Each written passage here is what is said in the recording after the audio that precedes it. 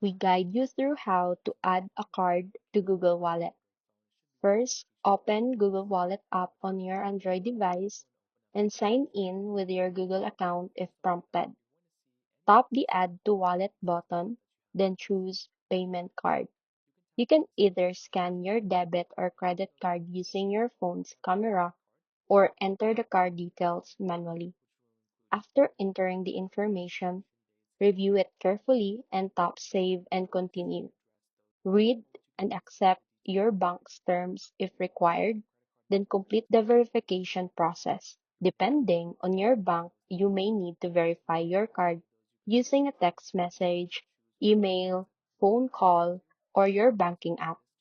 Once the verification is complete, your card will be added to Google Wallet and ready for contactless payment anywhere that Google Pay is accepted.